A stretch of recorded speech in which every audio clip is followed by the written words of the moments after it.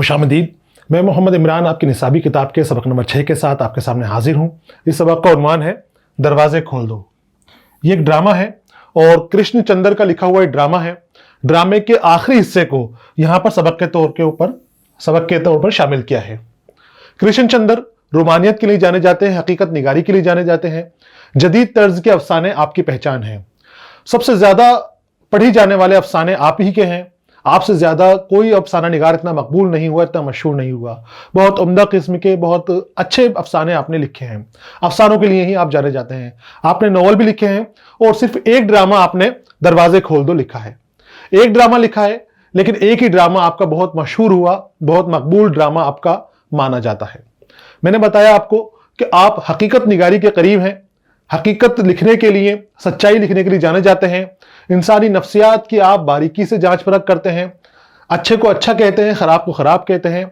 इंसानी फितरत की अक्कासी करने के लिए आपके अफसाने जाने जाते हैं। सच्चाई आपके अफसानों के अंदर बयान की गई। फिर रूमानियत से भरपूर आपके अफसाने होते हैं। हकीकत निगारी के आप करीब हैं और इसी तरह का अफसाना, इसी तरह का ड्रामा हमारे यहाँ पर सबक के तौर पर शामिल है। मैंने आपको बताया कि अफसानों के लिए जाने जाते हैं आप, लेकिन एक ही ड्रामा आपने लिखा है और यह ड्रामा बहुत मकबूल हुआ, बहुत मशहूर हुआ। ड्रामे के अंदर मुकालमे होते हैं, डायलॉग्स होते हैं, अलग अलग किरदार होते हैं। उन किरदारों के मुकालमों के साथ ड्रामा पेश किया जाता है। ड्रामों के तरकीबी होते हैं, अज्जाए तरकीबी होती हैं, उसके मुताबिक ड्रामा लिखा जाता है। कृष्ण चंद्र का ड्रामा है दरवाजे खोल दो। इस ड्रामे के जरिए कृष्ण चंद्र ने हमें पैगाम दिया है कि हमारा जो दिल हमने बंद कर रखा है, आज मजहब के नाम पर, जात पात के नाम पर और छोटे बड़े के नाम पर बात बात के ऊपर लड़ाई झगड़े हो जाते हैं, दंगा फसाद हो जाते हैं, एक दूसरे को मारने काटने के ऊपर हम उतारू हो जाते हैं। यहां पर हमें पैगाम देते हैं कि अपने दिल खोल दो। जो आपने दिल के दरवाजे बंद कर रखे हैं, अपने घरों के दरवाजे बंद कर रखे हैं, अपनी आंखें बंद कर रखी हैं, उन सबको खोल दो। मोहब्बत की नजरें पैदा करो, यकजहती पैदा करो, एक होने का जज्बा पैदा करो। उसी में हम सबकी भलाई है, उसी में हमारा मुल्क तरक्की कर सकता है। तो लड़ाई झगड़े मिटाने का आपने पैगाम दिया है, तफरीक मिटाने का पैगाम दिया है और सभी को एक साथ हिल मिलकर रहने के अंदर ही फायदा बताया है कि उसी के अंदर हमारा भी फायदा है, हमारे कौम का भी फायदा है, हमारे मुल्क का भी फायदा है। तो यहां पर हम शुरू करेंगे ड्रामा दरवाजे खोल दो। पहले हम मुसन्निफ के हवाले से मुख्तसर मालूमात यहां पर दे रखी है, उसका हम मुताला करेंगे और उसके बाद हम ड्रामे का आखिरी हिस्सा यहां पर दिया गया है, क्योंकि असल ड्रामा बड़ा तवील ड्रामा है, बहुत लंबा ड्रामा है। यहां पर ड्रामे का आखिरी हिस्सा जब रामदयाल सुधर जाता है और अपने घर के दरवाजे सबके लिए खोल देता है, वो हिस्सा यहां पर शामिल किया है। तो मुसन्निफ इसके कृष्ण चंद्र हैं और कृष्ण चंद्र के बारे में मैंने आपको बताया कि बहुत मशहूर हैं। कृष्ण चंद्र का शुमार उर्दू के अजीम अफसाना निगारों में होता है। सबसे ज्यादा पढ़े जाने वाले अफसाना निगार आप ही हैं। आपके मुकाबले किसी के अफसाने नहीं पढ़े जाते, इतने मकबूल नहीं हैं और जदीद तर्ज के अफसानों के लिए ये जाने जाते हैं। जदीद अफसाना निगारों की जो फहरिस्त है, उसमें 4 सबसे बेहतरीन अफसाना निगार माने जाते हैं। उसमें कृष्ण चंद्र हैं, सादत हसन मंटो हैं, इस्मत चगताई है और राजेंद्र सिंह बेदी है। इन 4 अफसाना निगारों को सबसे ज्यादा मकबूलियत हासिल हुई है, सबसे ज्यादा मशहूर हुए हैं और उन चारों के अंदर भी कृष्ण चंद्र सबसे अव्वल माने जाते हैं, सबसे बेहतर माने जाते हैं। वो 23 नवंबर 1914 को पंजाब में पैदा हुए थे। वो नस्लन कश्मीरी थे। जो आपके अजदाद थे, आपके खानदान वाले थे, वो कश्मीर से ताल्लुक रखते थे और आपकी पैदाइश लाहौर में, पंजाब में हुई थी और सन था आपका 1914 और नवंबर की 23 तारीख यहां पर थी। आपको सन और तारीख का याद रखना है कृष्ण चंद्र की जिंदगानी के हवाले से, क्योंकि कृष्ण चंद्र हमारे अहम मुसन्निफीन के अंदर शामिल हैं। उनकी इब्तदाई तालीम कश्मीर में हुई। एफसी कॉलेज लाहौर से अंग्रेजी में एमए किया और फिर गवर्नमेंट लॉ कॉलेज से लाहौर से आपने एलएलबी की डिग्री हासिल की। उन्होंने पहले एक अखबार में सहाफ़ी की हैसियत से मुलाजिमत की। सहाफ़ी यानी आप वहां पर पत्रकार बन गए, सहाफत का काम करने लग गए, अखबारों में खबरें वगैरह देने का, छापने का। और 1939 ईस्वी में ऑल इंडिया रेडियो से वाबस्ता हो गए। शुरुआती काम आपका सहाफत से हुआ, सहाफत से शुरू करके, और आपने एलएलबी किया था। आप वकील भी थे, लेकिन आपने सहाफत से अपने करियर की शुरुआत की और आगे चलकर आप ऑल इंडिया रेडियो से वाबस्ता हो गए, क्योंकि अदब के शौकीन थे आप। और फिर फिल्मी दुनिया से मुंसलिक हुए और आखिरी उम्र तक बंबई में मुकीम रहे। मुंसलिक यानी जुड़ जाना। ऑल इंडिया रेडियो के बाद फिर आप बंबई चले गए और वहां पर फिल्मी दुनिया के अंदर आप जुड़ गए। वहां पर आपने मुकालमे लिखे, कहानियां लिखी कई फिल्मों की, अफसानों के ऊपर, इनके ऊपर कहानियां भी बनाई गई हैं, और फिर आखिर उम्र तक आप बंबई में ही मुकीम रहे, वहीं पर आप आखिर तक रहे। कृष्णचंद्र मुआशरे की बेरहमियों और नाइंसाफियों के खिलाफ खुलकर अपने अफसानों में इजहार करते हैं। अभी हमने उनकी जिंदगानी की तारीख के बारे में पढ़ा, किस तरह से कहाँ उनकी इल्म हासिल किया उन्होंने, किस तरह से कहाँ तकर्रुर हुआ उनका, कहाँ कहाँ उन्होंने नौकरियां की, हमने इस हवाले से बात की। उसके बाद हम आते हैं आपकी तर्ज तहरीर और खुसूसियात कलाम के बारे में, कि आपके कलाम की खासियत क्या है, तर्ज तहरीर लिखने का अंदाज आपका क्या है। तो कृष्णचंद्र मुआशरा यानी समाज होता है हमारा, मुआशरे की बेरहमियों और नाइंसाफियों के खिलाफ खुलकर अपने अफसानों में इजहार करते हैं। आप जदीद अफसाना निगारों की फहरिस्त में शुमार होते हैं, जदीद तर्ज के अफसाने लिखते थे। जदीद तर्ज के अफसानों की शर्त यह है कि जब अफसाना लिखें तो सच्चाई दिखाई जाए उसके अंदर, अफसाने के अंदर अफसानवी बातें नहीं हो, कहानी वाली बातें नहीं हो, फर्जी ख्यालात का उसमें जिक्र नहीं हो, वहां सच्चाई के साथ बातों को बताया जाए। और सच्चाई क्या है? हमारे मुआशरे के अंदर, हमारे समाज में जो बेरहमियां फैली हुई हैं, जो तफरीकात फैली हुई हैं, छोटे को छोटा न समझा जाता है, बड़े को बड़ा जो है छोटे को मारने पीटने में लगा रहता है, कुचलने में लगता है, हर ताकतवर कमजोर को दबाने के अंदर लगा रहता है। हर तरह की जो मुआशरे में हमारे बुराइयां हैं, उन बुराइयों को दिखाने की जदीद तर्ज के अफसाने बात करते हैं। तो बेरहमियों और नाइंसाफियों के खिलाफ खुलकर अपने अफसानों में आप लिखते थे। अफसानों के अलावा उन्होंने नावल भी लिखे हैं। उनकी जिंदगी का इब्तदाई हिस्सा कश्मीर में गुजरा, इसलिए उसको मनाजिर फितरत की मुसाफिरी से खास लगाव है। मनाजिर फितरत, फितरत का मुनाजरा करना, फितरत के नज़ारों को देखना, फितरत के नज़ारों की अक्कासी करने में आप माहिर थे। कश्मीर के ताल्लुक रखता है, आप बचपन आपका कश्मीर में गुजरा और कश्मीर में बड़े खूबसूरत नज़ारे हैं। वहां पर कुदरत अपने पूरे शबाब के ऊपर नजर आती है, पूरे रंग और रंगत के साथ नजर आती है। तो आपके अफसानों में भी वो कश्मीर का रंग, वो कुदरत के मनाजिर, वो जो नज़ारे हैं, वो बड़ी खूबसूरती के साथ माने जाते हैं, दिखते हैं। तो आपको मनाजिर फितरत की मुसव्विरी यानी तस्वीर कशी, आप ऐसा लिखते हैं कि उन नज़ारों की तस्वीर कशी कर देते हैं जैसे हम उन नज़ारों को देख रहे हैं। ये उनके फन की खासियत है, लिखने की खासियत है। इतनी खूबसूरती के साथ वो लिखते हैं कि हमें ऐसा लगता है जैसे हम तस्वीर देख रहे हैं बैठे हुए। खास लगाव है। वो समाज के हर तबके की नफ्सियात से वाकिफ हैं। उन्हें सब पता है कि जो बड़ा आदमी होगा, जो गद्दार होगा, जो मुआशरे के अंदर नफरत फैलाने वाला होगा, उसकी सोच क्या होगी, जो यकजहती का पैगाम देने वाला है उसकी सोच क्या होगी, महाजन की सोच क्या होगी, बड़े ऑफिसर की सोच क्या होगी, साहूकार कैसे सोचता है और उससे कर्जा लेने वाला मजदूर कैसे सोचता है, आम इंसान जो कर्ज में दबा हुआ है वो उसकी सोच क्या है। तो बताया कि वो समाज के हर तबके की नफ्सियात से वाकिफ हैं। वाकिफ यानी वो जानते हैं। महाजन, साहूकार, आला हक्काम, मजहबी पेशवा और सियासी रहनुमा, हुकूमत के वुज़रा सब उनके तंज का शिकार हुए हैं। ये लोग मुआशरे में बड़ी अहमियत रखते हैं, बड़ा मुकाम रखते हैं। महाजन हो, मुआशरे में बहुत ज़रूरी है। साहूकार ज़रूरी है। आला हुक्काम जो हुक्म देते हैं, आला तबके के आला बड़े ओहदेदार होते हैं। यहाँ सरकारी हुक्मरान जो है उनके बारे में बात हो रही है। मजहबी पेशवा होते हैं, बहुत ज़रूरी है मुआशरे के अंदर होना इनका, मजहबी पेशवाओं का, जो मजहब के बारे में सही और गलत चीज़ें बताते हैं। सियासी रहनुमा होते हैं, जो हमारी पॉलिटिक्स होती है और उसके अंदर वो आके हमारी रहनुमाई करते हैं, हमारे आवाज़ उठाते हैं, वो मुआशरे के लिए ज़रूरी है। और हुकूमत के वुज़रा जो वज़ीर होते हैं, मंत्री वगैरह होते हैं, उनके बारे में। तो ये सब हमारे मुआशरे में ज़रूरी है। लेकिन ये बात भी सच है कि सबसे ज़्यादा जुल्म इन्हीं लोगों के ज़रिए हमारे मुआशरे के अंदर होता है। यही वो लोग हैं जो सबसे बड़े जालिम हैं। यही वो लोग हैं जो सबसे ज़्यादा गरीबों को, मोहताजों को कुचलते हैं, दबाते हैं। लोगों के हुकूक दबाने वाले भी सबसे ज़्यादा यही लोग हैं। इनका काम है लोगों को सही रास्ते पर लेकर आना, मजहबी पेशवाओं का, सियासी रहनुमाओं का। लेकिन ये लोगों को बरगलाते हैं अपने फायदे के लिए, उनसे जो चाहे वो काम करवाने की कोशिश करते हैं। तो अभी हमने बात की कि जो कृष्णचंद्र हैं वो हकीकत जानते हैं मुआशरे की, तो वो इन लोगों को अपने तंज का शिकार मानते हैं। तंज यानी ताना। अपनी लिखावट के अंदर, बात बात के अंदर वो इन्हीं पर ही ताना मारते हैं, इन्हीं को दबाने की कोशिश करते हैं। उनके अफसानों में जिंदगी के मोड़ पर बालकनी, कालूभंगी और महालक्ष्मी का पुल काबिल जिक्र हैं। ये उनके बहुत मशहूर अफसाने हैं। जिंदगी के मोड़ पर, बालकनी और कालूभंगी।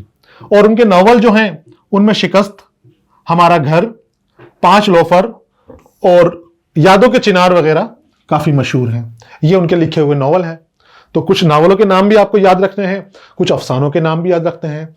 जिंदगी किस तरह से गुजरी, जाए पैदाइश और इंतकाल का सन, ये आपको याद रखना है। और खुसूसियात कलाम, तर्ज तहरीर जो मैंने आपको बताया, लिखने का तरीका, कलाम में क्या शामिल होता है, किस तरह की चीजें लिखते हैं, किस तरह की अक्कासी करने के लिए जाने जाते हैं, जो हमने अभी बात की, वो चीजें आपको अच्छे से याद रखनी है।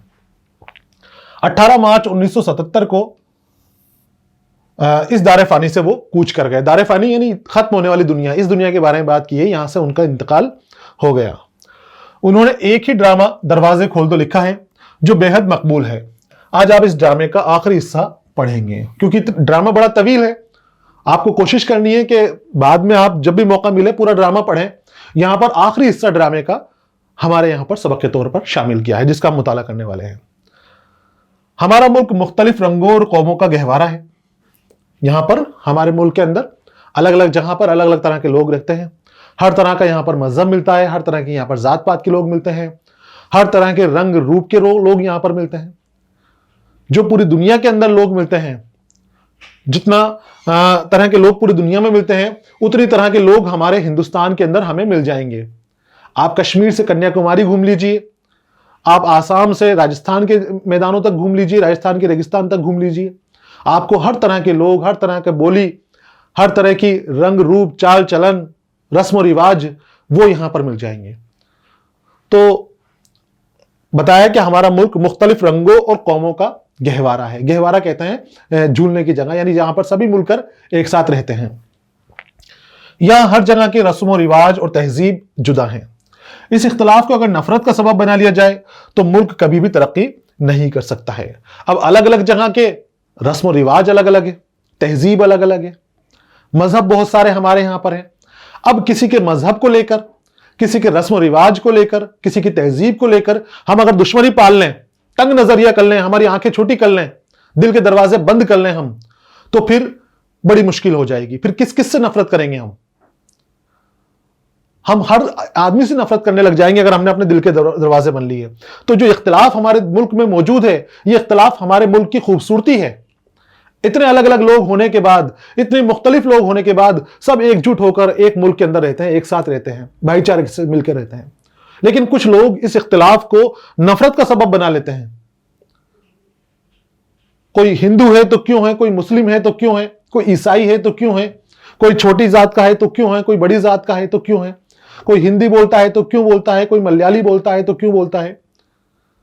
तो जो तफरीकात हमारे यहां पर मौजूद हैं, जो इख्तिलाफ हमारे यहां पर मौजूद हैं हर चीज के अंदर, किसी भी चीज में, तो वो तो हमारे मुल्क की खूबसूरती है। लेकिन कुछ लोग उस खूबसूरती को लड़ाई का सबब बना लेते हैं, तफरीक करने की वजह बना लेते हैं, एक दूसरे के अंदर तफरीक करते हैं, लड़ाई झगड़े पैदा कर देते हैं। तो वो बर्दाश्त के लायक नहीं है। तो मुल्क कभी भी तरक्की नहीं कर सकता। अगर उनकी बातों में आ गए और आपस में लड़ने झगड़ने लग गए तो फिर हमारा मुल्क कभी तरक्की नहीं कर सकता। इसलिए इस मुल्क में कौमी एकता की सख्त जरूरत है। हमारे मुल्क जो इतने मुख्तलिफ चीजों को साथ समेटे हुए हैं और हम आपस में लड़ रहे हैं, तो हमें आपस में लड़ाई छोड़नी होगी अगर हम हमारे मुल्क की तरक्की चाहते हैं। कोई भी मुल्क इस तरह के माहौल में, लड़ाई झगड़े के माहौल में, बदअमनी के माहौल के अंदर तरक्की नहीं कर सकता। तरक्की के लिए अमन बहुत जरूरी है, और अमन तभी होगा जब हम तफरीकें भूल जाएंगे, हम भेदभाव भूल जाएंगे, हम इख्तिलाफ भूल जाएंगे, लड़ना झगड़ना भूल जाएंगे, और एक होके हमारे मुल्क की बात करेंगे, हमारे मुल्क की तरक्की की बात करेंगे, आगे बढ़ने की बात करेंगे। और यही पैगाम इस सबक के जरिए देना चाहते हैं कृष्ण चंद्र हमें, इस ड्रामे के जरिए। इसके पेश नजर कृष्ण चंद्र ने ड्रामा दरवाजे खोल दो लिखा। जो ख्याल है पीछे इसका लिखने का वो यही है कि हमारा मुल्क तभी तरक्की करेगा जब हम एक हो जाएंगे, मिलजुल कर रहेंगे। लोगों को जोड़ने की आपकी कोशिश यहां पर कृष्ण चंद्र की रही है इस ड्रामे के जरिए। वो लिखते हैं, जब दिल के दरवाजे बंद कर लिए जाते हैं तो मजहबी जोश जुनून की सूरत इख्तियार कर लेता है। कृष्ण चंद्र की जुबानी दी है। वो कहते हैं कि जब हम अपने दिल के दरवाजे बंद कर लेते हैं, हमारे सामने हमारा भाई खड़ा हुआ है, हमारे मुल्क का बासी खड़ा हुआ है, बासिंदा खड़ा हुआ है, हम उसको एक जात के बिना पर, एक मजहब के बिना पर लड़ने लग जाते हैं, उसको गाली देने लग जाते हैं, तो इसका मतलब है कि हमने हमारे दिल के दरवाजे बंद कर लिए उसके लिए। हम हमारे दिल में किसी और को आने नहीं देना चाहते, किसी और के लिए जगह ही हमने नहीं छोड़ी। तो मजहबी जोश, जो मजहब का जोश होता है हमारा, वो जुनून की सूरत इख्तियार कर लेता है। जुनून पागलपन होता है, और जब पागलपन बन जाए तो वो खतरा हो जाता है हमारे लिए। जोश और जुनून में फर्क होना चाहिए। जोश तरक्की के लिए चाहिए, आगे बढ़ने के लिए चाहिए, लेकिन अगर जोश जुनून में बढ़ जाए तो फिर वो पागलपन हो जाता है और इंसान को इंसान से नफरत करना सिखाता है। लेकिन जब कोई आदमी अपने दिल के दरवाजे खुले रखता है तो किसी को दुख नहीं देता, किसी का दिल नहीं तोड़ता, किसी को नुकसान नहीं पहुंचाता, वो सबका सुख, सबकी भलाई चाहता है। कौन? जिसके दिल के दरवाजे खुले हुए हों, जिसका दिमाग रोशन हो, जो नए ख्यालात का हो, साफ सुथरा दिल रखता हो, साफ सुथरी जबान रखता हो। उसको पता है कि लड़ाई झगड़े से कुछ हासिल नहीं होने वाला।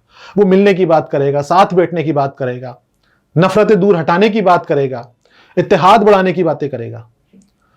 और उसके लिए जरूरी है कि दिल खुला रखा जाए, जहन खुला रखा जाए, जहन रोशन रखा जाए। कृष्ण चंद्र ने इस ड्रामे के जरिए कौमी यकजहती और भाईचारे का पैगाम दिया है। यकजहती, एक होना, यकजा होना, एकता का पैगाम दिया है, एक होने का, इत्तेहाद का पैगाम इस ड्रामे के जरिए दिया है। यह ड्रामा काफी तवील है। तवील मतलब बड़ा, लंबा, बहुत तौलियत इसके अंदर मौजूद है। इस किताब में ड्रामे का आखिरी हिस्सा शामिल किया गया है, क्योंकि इतना वक्त नहीं है कि हम पूरा ड्रामा यहां पर पढ़ें, तो ड्रामे का आखिरी हिस्सा यहां पर किताब के अंदर शामिल किया है। पूरा ड्रामा है, बहुत बड़ी कहानी है, जिसमें कई लोग आते हैं मकान लेने उससे, लेकिन वो किसी को मकान नहीं देता। हर आदमी से धन पूछता है। मुस्लिमों को मकान नहीं देता है, वो ईसाइयों को मकान नहीं देता है, वो सरदारों को, सिखों को मकान नहीं देता है। सबको वो अलग अलग जगह का पता देता है कि आप वहां जाइए, वहां आपका इलाका है, वहां मकान मिलेंगे। और आखिर के अंदर वो सुधर जाता है, और वो सुधरने वाला हिस्सा यहां पर हमारे यहां पर शामिल किया गया है। यहां पर हमारा ड्रामा शुरू होता है, दरवाजे खोल दो। आखिरी हिस्सा ही है। ड्रामे के किरदार हैं पंडित रामदयाल। ये कमल कुंज बिल्डिंग का मालिक है। यही वो शख्स है जो तंग नजरिया रखे हुए है, अपने दिल के दरवाजे बंद किए हुए है। अपनी बिल्डिंग में किसी भी दूसरी जाति वाले को, किसी भी दूसरे समाज वाले को रहने की इजाजत नहीं देता, किसी को मकान ये नहीं देता। ये ब्राह्मण है और तंग नजरिया इसका है। पंडित रामदयाल इसका नाम है और कमल कुंज बिल्डिंग का ये मालिक है। देखो, ड्रामा के अंदर किरदार निगारी अहम होती है। किरदार होते हैं और हर किरदार अपनी मखसूस फितरत रखता है और उस फितरत के मुताबिक वो काम करता है। ये किरदार बनाए गए हैं और सभी किरदार असल मालूम होते हैं। पंडित रामदयाल है, ये कमल कुंज बिल्डिंग का मालिक है। बिल्डिंग का नाम है कमल कुंज। कमलकांत, ये इसका बेटा है पंडित रामदयाल का। मिर्जा इरशाद हुसैन, ये रामदयाल का मैनेजर है, इसके काम संभालता है बिल्डिंग के। मिस इजाबेला कोयलव, ये नौजवान लड़की है जो इनका मकान किराए के ऊपर लेने आती है। और डॉक्टर एडवर्ड कोयलव, ये इस लड़की का बाप है, इजाबेला कोयलव का। अंकल राम भरोसे, ये इनका नौकर है, डॉक्टर कोयलव का पुराना नौकर है, इनके साथ रहता है। ये इसका किरदार हो गए। अब हम मंजर के ऊपर आते हैं कि क्या मंजर वहां पर चल रहा है, उससे पहले क्या हो गया था। तो मैंने आपको बताया कि रामदयाल के यहां पर बिल्डिंग बनाता है और अपने मकान किराए पर देता है। कई बिल्डिंग है इसके पास, कई मकान है। ब्राह्मण है ये चाहता है कि मेरे मकान के अंदर सिर्फ मेरी जाति के लोग और मेरे धर्म के लोग ही रहने के लिए आए। कोई और अगर उसके पास मकान किराए पर लेने आता है तो ये साफ इनकार कर देता है कि मैं मकान आपको नहीं दूंगा। ड्रामे के पिछले हिस्से के अंदर, यानी इससे पहले जो हो चुका है प्रोग्राम, उसके अंदर मुस्लिम इससे मकान लेने आते हैं। ये उनको कहता है कि आप उर्दू बाजार जाइए, दिल्ली बाजार जाइए, वहां आपको मकान मिल जाएगा, यानी अपने मुस्लिम इलाके में जाइए। इनको मकान देने से मना कर देता है। सिख मकान लेने आते हैं, उनसे ये कहता है कि आप मछली खाते हो, आप गोश्त खाते हो, मैं आपको मकान नहीं दूंगा। और भी कई मजहब के अलग अलग लोग आते हैं, अलग अलग किरदार इस कहानी के अंदर आते हैं और सबको ये तरह तरह के बहाने बनाकर वापस रवाना कर देता। मकान किसी को नहीं देता। ये कहता है कि मेरे जानकार कोई आएगा, मेरे मजहब का कोई आएगा, जैसा मैं हूं वैसा ही आएगा, जो गोश्त वगैरह नहीं खाता हो, जो बिल्कुल सादगी के साथ रहता हो, इस तरह का जो मेरी जात मेरे मजहब को मानने वाला है मैं उसी को मकान दूंगा, वरना मैं अपना मकान चाहे खाली रह जाए मैं किसी को मकान नहीं दूंगा। बहुत कट्टरता ये दिखाता है, बहुत जहर ये लोगों के मन में रखता है, भरता है। तो मंजर ये बता रहे हैं, कमल कुंज बिल्डिंग के ग्राउंड फ्लोर में एक मुस्ततिल बड़ा सा ऑफिस नुमा कमरा, कमरे के दीवार पर नई नई सफेदी हो चुकी है। नया बना हुआ मकान है, नई बनी हुई बिल्डिंग है। कमल कुंज इस बिल्डिंग का नाम है। ग्राउंड फ्लोर जो नीचे का फ्लोर होता है जहां पर एंट्री होती है सबसे पहले, वो ग्राउंड फ्लोर है। मुस्ततिल ऐसी जगह को कहते हैं जिसके दो हिस्से बराबर हों, यानी कि जिसको हम कहते हैं हिंदी में आयताकार, जो चौकोर से थोड़ी लंबी होती है, तो आयताकार जगह को मुस्ततिल कहते हैं। तो बड़ा सा ऑफिस है और लंबा ऑफिस है आयताकार, उस ऑफिस को दिखाया गया है। यहां पर ऑफिस नुमा कमरा है। कमरे की दीवार पर नई नई सफेदी हो चुकी है, क्योंकि अभी काम चल रहा है, सफेदी उसके ऊपर हो चुकी है। ब्रैकेटों से बिजली के तार बाहर निकले हुए हैं। जो बिजली के बोर्ड होते हैं, ब्रैकेट होते हैं, उन ब्रैकेटों से बिजली के तार लटके हुए हैं, जो ये खबर देते हैं कि अभी बिजली की फिटिंग कंप्लीट नहीं हुई है, अभी अधूरी है फिटिंग, जिनसे मालूम होता है कि अभी इस बिल्डिंग में बिजली नहीं आई है। कमरे के एक कोने में लकड़ी के तख्ते, सीमेंट, रंग के डिब्बे वगैरह रखे हैं, जिनसे मालूम होता है कि इस बिल्डिंग में अभी तामीर का काम खत्म नहीं हुआ है। अभी वो पेंट वगैरह के डब्बे रखे हुए हैं, क्योंकि नया नया काम चल रहा है, फर्श वगैरह का काम हो रहा है, तो कई चीजें वहां पर रखी हुई हैं।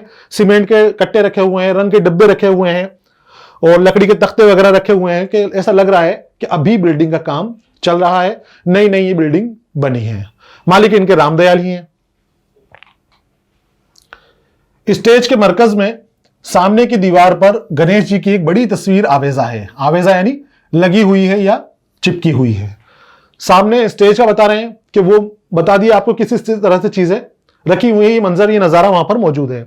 सामने गणेश जी की मूर्ति लगी हुई है, गणेश जी की तस्वीर, बड़ी सारी तस्वीर दीवार पर लगी हुई है। इस तस्वीर के नीचे रामदयाल की कुर्सी है, जो मालिक है। ऊपर तस्वीर लगी हुई है और तस्वीर के नीचे ही मालिक की कुर्सी लगी हुई है, रामदयाल की कुर्सी। उसके सामने एक मेज रखी हुई है कुर्सी के सामने, जिसपे और सामान वगैरह होगा, जिस पर बिल्डिंग का नक्शा, कलमदान, चंद फाइलें और टेलीफोन वगैरह रखे हुए हैं। ये उस कुर्सी के और टेबल के बता रहे हैं जो मालिक रामदयाल के सामने रखे हुए हैं, यानी इससे एहसास हो रहा है कि इस जगह पे मालिक बैठता है। वहां पर नक्शे वगैरह रखे हुए हैं, ऐसे सामान रखे हुए हैं जो मालिक के, रामदयाल के काम के हैं। दाईं तरफ आखिर में एक तख्त बिछा हुआ है, उस पर गांव तकिया लगा हुआ है। चंद कुर्सियां और स्टूल भी इधर उधर बेतरतीबी से पड़े हैं। और फिर उसका वसी किया मंजर को और बता दिया कि दाईं तरफ आखिर में तख्त जो बिछा हुआ था, वो तख्त बिछा हुआ है और उस तख्त के ऊपर एक गांव तकिया लगा हुआ है। गांव तकिया मोटा गोल तकिया को कहते हैं, जो अक्सर शादी ब्याह के अंदर दूल्हों के लिए लगाया जाता है, या मुशायरे वगैरह के अंदर शायरों के लिए वो तकिए लगाए जाते हैं। तो गांव तकिया वहां पर पड़ा है और सामने और कुर्सियां बेतरतीबी से पड़ी हैं। ये नजारा इसका इस तरह हुआ। अब तक का खुलासा एक बार फिर बता रहे हैं यहां पर कि क्या कहानी है इसकी, अब तक क्या क्या हो गया है। तो देखिए, रामदयाल एक कट्टर ब्राह्मण है। ब्राह्मण एक कौम होती है हिंदू समाज के अंदर, तो उस कौम से ये ताल्लुक रखता है ब्राह्मण से, और रामदयाल इसका नाम है और इसको कट्टर ब्राह्मण बताया है, जो फ्लैट्स बनवाकर बेचता है या किराए पर देता है। हालांकि उसके पास 9 फ्लैट्स खाली हैं, लेकिन वो किसी ऐसे आदमी को किराए पर देने को तैयार नहीं जो उसका हम मजहब या हम जात ना हो। ये बातें मैंने अभी आपको बताई कि कट्टर ब्राह्मण है और फ्लैट्स इसके पास खाली पड़े हुए हैं, कई इसके किराए पे भी जा चुके हैं, लेकिन ये फ्लैट्स 9, इसका कहना है कि फ्लैट्स खाली रह जाएंगे, लेकिन मैं ये किराए पर किसी को नहीं दूंगा। मैं इस फ्लैट्स को अगर कोई किराए पर लेना आएगा तो उसी को दूंगा जो मेरे मजहब से ताल्लुक रखता है, जो मेरी बिरादरी का हो, जो मेरी जात का हो, उसी को मैं ही दूंगा, वरना ये फ्लैट्स में किसी को किराए पर नहीं दूंगा। एक मुसलमान जोड़े को उसने ये कहकर वापस कर दिया कि आपके लिए मुनासिब जगह जामे मस्जिद और उर्दू बाजार है। किसी मुसलमान को ये अपना फ्लैट देना नहीं चाहता, अब इसने वो जगह बता दी कि आप जामे मस्जिद के आसपास जो इलाका है वहां जाइए, या फिर उर्दू बाजार के आसपास का इलाका है आप वहां जाइए, वहां पर आपके मजहब के लोग रहते हैं, आपसे ताल्लुक रखने वाले लोग रहते हैं, वहां पर आपको मकान मिल जाएगा। ये जगह आपके लिए मुनासिब नहीं है, क्योंकि वो किसी और को देना नहीं चाहता। एक पंजाबी को उसने फ्लैट नहीं दिया कि वो गोश्त मछली खाता है।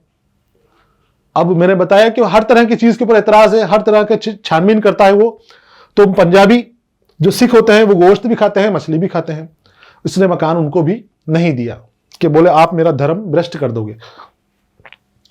एक मद्रासी होटल वाले को मकान देने से इसलिए इनकार करता है ताकि वो चमार का बेटा है, चमार नीची जाति होती है, तो इसलिए उसको भी इन्होंने मकान नहीं दिया। मद्रासी होटलों का मालिक था, वो बड़ा पैसे वाला था, बहुत अच्छा इसका होटल चलता था, लेकिन जब इसको जात का पता चला तो मकान देने से इसने इनकार कर दिया। बहरहाल हर तरह के लोगों को ये मना कर देता है मकान देने के लिए। तरह तरह के लोग हमारे ड्रामे में आए हैं और उन्होंने कई चीजें यहां पर पेश करी हैं, सबूत देते हैं, मांगने की कोशिश करते हैं, लेकिन ये उनको जलील करता है, किसी को मकान ये नहीं देता। और आखिर के अंदर एक ईसाई लड़की फ्लैट लेने आती है, जहां से हमारी कहानी शुरू होगी। हमारी कहानी यहीं से शुरू हो रही है। हमारी किताब के अंदर जो किस्सा दिया है वो इतना ही दिया है कि ये ईसाई लड़की जब आती है तो इसको फ्लैट इसका बेटा दे देता है। ये उस वक्त यहां पर नहीं है, लेकिन बेटा इसका मौजूद रहता है, तो इसकी गैर मौजूदगी में इसका बेटा फ्लैट दे देता है किराए पर। तो फिर ये गुस्सा करता है अपने बेटे के ऊपर कि क्यों दे दिया। उस वक्त रामदयाल ऑफिस में नहीं होता, उसका बेटा कमलकांत उसे फ्लैट देने का वादा कर लेता है उस लड़की को, इजाबेला को, जो ईसाई लड़की है, जबकि ईसाइयों को भी फ्लैट नहीं देना चाहता रामदयाल। कई को पहले ये भगा चुका है, मना कर चुका है, अब ये नहीं है और इसका बेटा है तो थोड़ा दिलफेक है, जवान लड़का है, जवान खून है। वो लड़की को देखा तो थोड़ा उसकी तरफ ही रागिब हो गया और उसने ये फ्लैट उस लड़की को देने के लिए रजामंदी अपनी जता दी। लड़की अपने अंकल राम भरोसे को फोन करके बुला लेती है। वो सामान समेत कमलकुंज अपार्टमेंट पहुंच जाता है। अब लड़की इससे मिली कमलकांत से, और कमलकांत से इतनी मुतासिर हो गई, कमलकांत इससे इतना मुतासिर हो गया कि फौरन इसको मकान देने के लिए हामी भर दी और मकान किराए पर दे दिया। लड़की ने अपने अंकल को, जो इनका नौकर था राम भरोसे, उसको बुला लिया कि आप आ जाओ सामान लेकर अपना, और जहां से इनका सामान मकान खाली करना था वो सारा सामान लेकर इनका अंकल यहां पर आ गया। उस वक्त ऑफिस में कोई नहीं होता है, अभी रामदयाल बाहर गया हुआ है कहीं। जब वो आएगा तो बड़ा गुस्सा करेगा कि क्यों मकान दिया इनको। कमलकांत लड़की को लेकर फ्लैट दिखाने गया है। राम भरोसे कोने के तख्त को स्टेज के मरकज में लेता है और उस पर बड़े मजे से दराज हो जाता है। दराज हो जाना मतलब फैल जाना, लेट जाना, सो जाना। सामान लेकर इनका नौकर राम भरोसे आ गया है। अब ऑफिस में अभी कोई नहीं है। कमलकांत इजाबेला के साथ लेकर फ्लैट दिखाने गया हुआ है। रामदयाल बाहर है और मिर्जा साहब जो इनके मैनेजर हैं वो भी इनके साथ बाहर गए हुए हैं रामदयाल साहब के साथ। तो ऑफिस में कोई नहीं है। सामान ले आता है ये, कोई नहीं दिखता, तो वो तख्ता जो साइड में पड़ा हुआ था उसको खींचता है और बीच में लाकर उसके ऊपर ये लेट जाता है, आराम करने लग जाता है। ऑफिस में सामान इधर उधर फैला हुआ है। पर्दा उठता है। यह हमारा पहला नजारा हो गया है। अब पर्दा उठ रहा है और पर्दा उठने के बाद हमारे कैरेक्टर्स जो किरदार हैं वो आने शुरू होंगे और ड्रामा शुरू हो जाएगा। अब पर्दा उठ गया है। चंद लम्हों बाद लड़की का बाप डॉक्टर कोयलो दाखिल होता है। उसके एक हाथ में मेडिकल बैग है और कोट की जेब में स्टेथोस्कोप ठूंसा हुआ है, वो आला जिससे डॉक्टर हमारी नब्ज देखते हैं, हमारी सांस देखते हैं, धड़कन वगैरह चेक करते हैं। उस आले को स्टेथोस्कोप कहते हैं। तो डॉक्टर से हैं तो उनके एक हाथ में तो मेडिकल का बैग है, कहीं मरीज को देखने गए थे, और जबरदस्ती इनकी जेब के अंदर वो आला भी ठूसा हुआ, स्टेथोस्कोप ठूसा हुआ नजर आ रहा है। कमरे में आते ही उसकी नजर अपने सामान पर पड़ती है, फिर राम भरोसे पर। वो ठोका देकर राम भरोसे को जगाता है। राम भरोसे अदब से खड़ा हो जाता है। जैसे अंदर घुसा तो उसको सामान अपना नजर आ गया, क्योंकि राम भरोसे ने उसको बुलाया था यहां पर। राम भरोसे अभी सो रहा था, आराम कर रहा था, उसको ठोकर देते हैं, हल्का से धक्का देते हैं, तो वो अदब से खड़ा हो जाता है। उसके बाद जो मंजर दिखाई देता है उसमें राम भरोसे और डॉक्टर बातें कर रहे हैं। अब उनका नौकर और डॉक्टर दोनों सामने खड़े हुए हैं और दोनों आपस में बातें कर रहे हैं। आइए अब असल ड्रामे का आखिरी हिस्सा पढ़ते हैं। अब ड्रामा हमारा शुरू हो रहा है। ये उससे पहले की कहानी, पूरा मंजर आपको बता दिया गया है, समझा दिया गया है। एक बार फिर से सारी की सारी चीजें आपके सामने आएंगी तो और आपको पुख्ता हो जाएगा कि कौन कौन क्या है किरदारों के बारे में, और फिर किरदार किस तरह से आगे बढ़ रहे हैं उनके बारे में। सामान लेकर दोबारा से अब एंट्री हो रही है, अब हमारी कहानी शुरू हो रही है। वो अंकल राम भरोसे सामान लेकर आ रहा है। जब मजदूर चले जाते हैं तो अंकल राम भरोसे कोने के तख्त को स्टेज के मरकज में लेता है और उस पर बैठ बड़े मजे से दराज हो जाता है। दराज होना मैंने बताया आपको, लेट जाना, फैल जाना उसके ऊपर। इतने में चंद लम्हों के बाद कमरे में डॉक्टर दाखिल होता है। उसके हाथ में एक बड़ा मेडिकल बैग है और कोट की जेब में स्टेथोस्कोप ठूसा हुआ है और बाहर निकला हुआ है। थोड़ा सा अंदर थोड़ा सा बाहर, इस तरह से लटका हुआ स्टेथोस्कोप लेकर आ गया। कमरे में आते ही उसकी नजर सबसे पहले तो अपने सामान पर पड़ती है और फिर तख्त पर लेटे हुए राम भरोसे पर, जो आंखें बंद किए लेटा है। और वो हैरत से कभी अपने सामान को, कभी राम भरोसे को देखता है। ये मंजर पेश किया जा रहा है, आपको नजारा दिखाया जा रहा है। अब आप समझिए कि आप स्टेज के ऊपर प्रोग्राम देख रहे हैं, एक ड्रामा देख रहे हैं स्टेज के ऊपर। तो किरदार अंदर आ रहे हैं, डॉक्टर साहब आ गए हैं और अपने नौकर को देख रहे हैं। फिर ठोका देकर राम भरोसे को जगाता है, उसको धक्का देते हैं, हल्के से ठोकते हैं उसको हल्का सा, और ठोका देके उसको उठा देते हैं।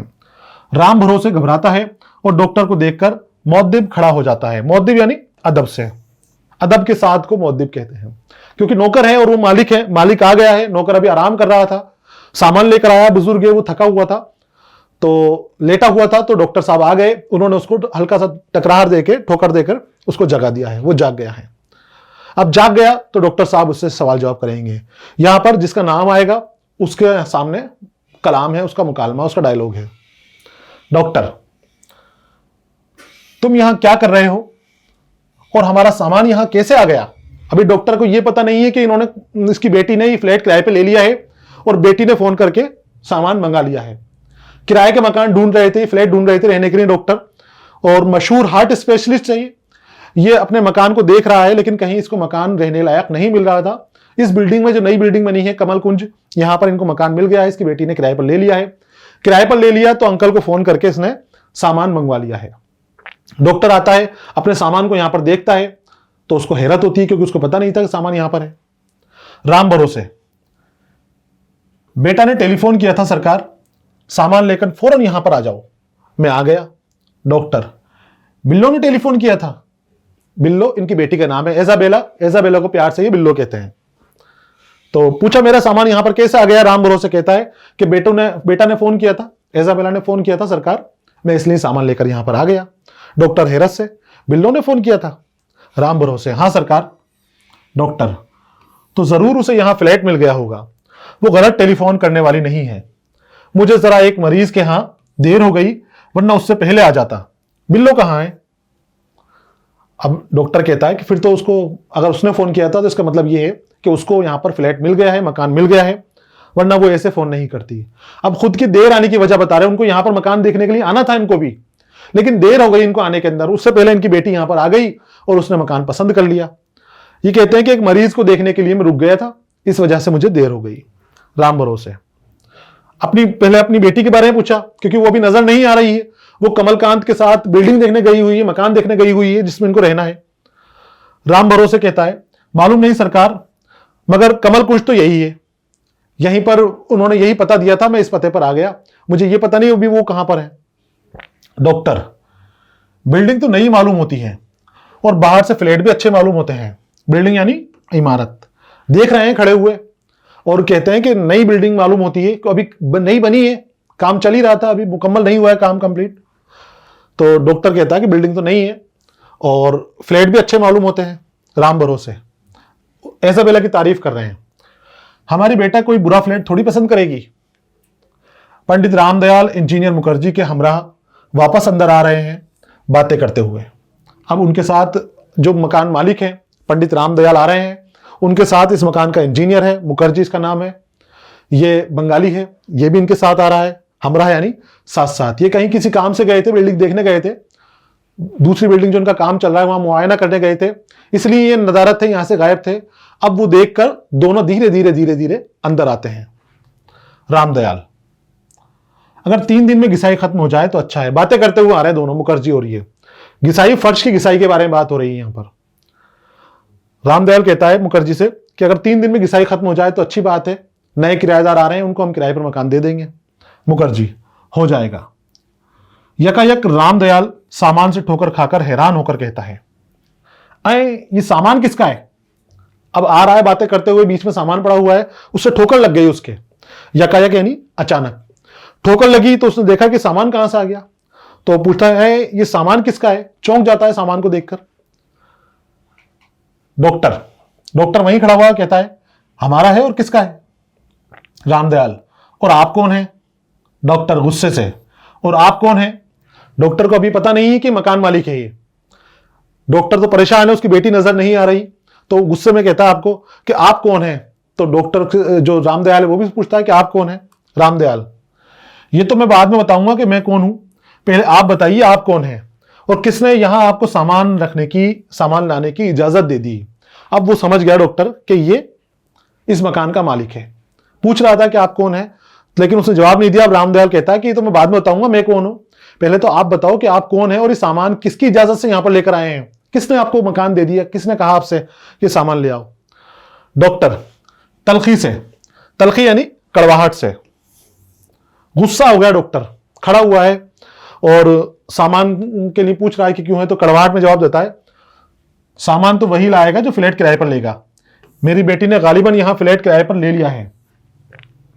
जवाब देता है कि तुम पूछ रहे हो सामान किसका है, तो सामान उसी का होगा जिसने मकान किराए पर लिया है, और मेरी बेटी ने गालिबन यहां पर मकान किराए पर ले लिया है। गालिबन यानी तकरीबन, बहुत हद तक, बहुत मुमकिन है कि मेरी बेटी ने यहां पर मकान ले लिया है।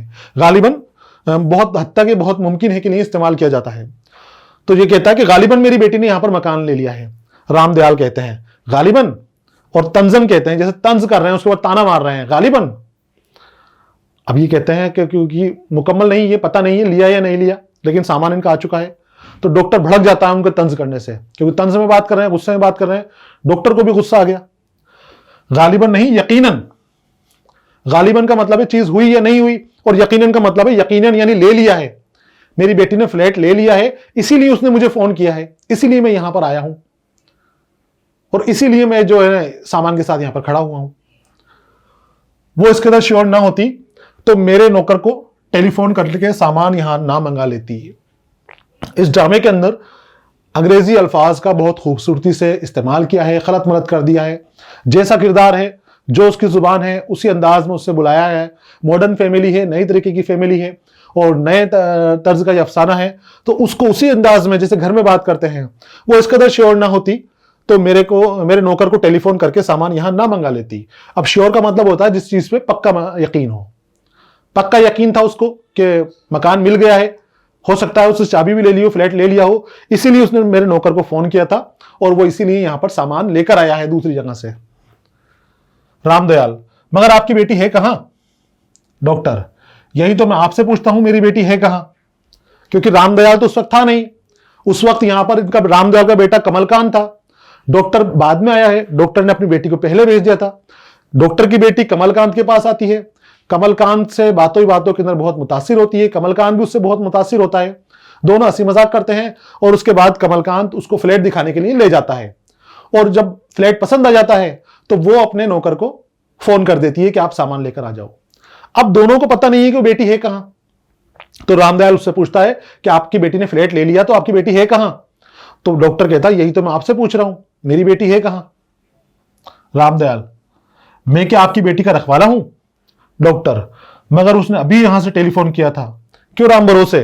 राम भरोसे जी हां। अब बेटी के ऊपर बहस हो रही है, किसी को पता नहीं बेटी कहां पर है, बेटी अभी आने वाली है, लेकिन डॉक्टर को गुस्सा आ जाता है क्योंकि उसको उसकी बेटी नजर नहीं आ रही, और जाहिर सी बात है बेटी ने यहीं से फोन किया है तो उसको यहीं होना चाहिए था, यहां नहीं है, तो इस बात से नाराज हो रहा है डॉक्टर रामदयाल से। और तुम कहते हो तुम्हें कुछ पता नहीं, यानी मेरी बेटी ने यहां से फोन किया और तुम्हें पता ही नहीं है। You wicked old man.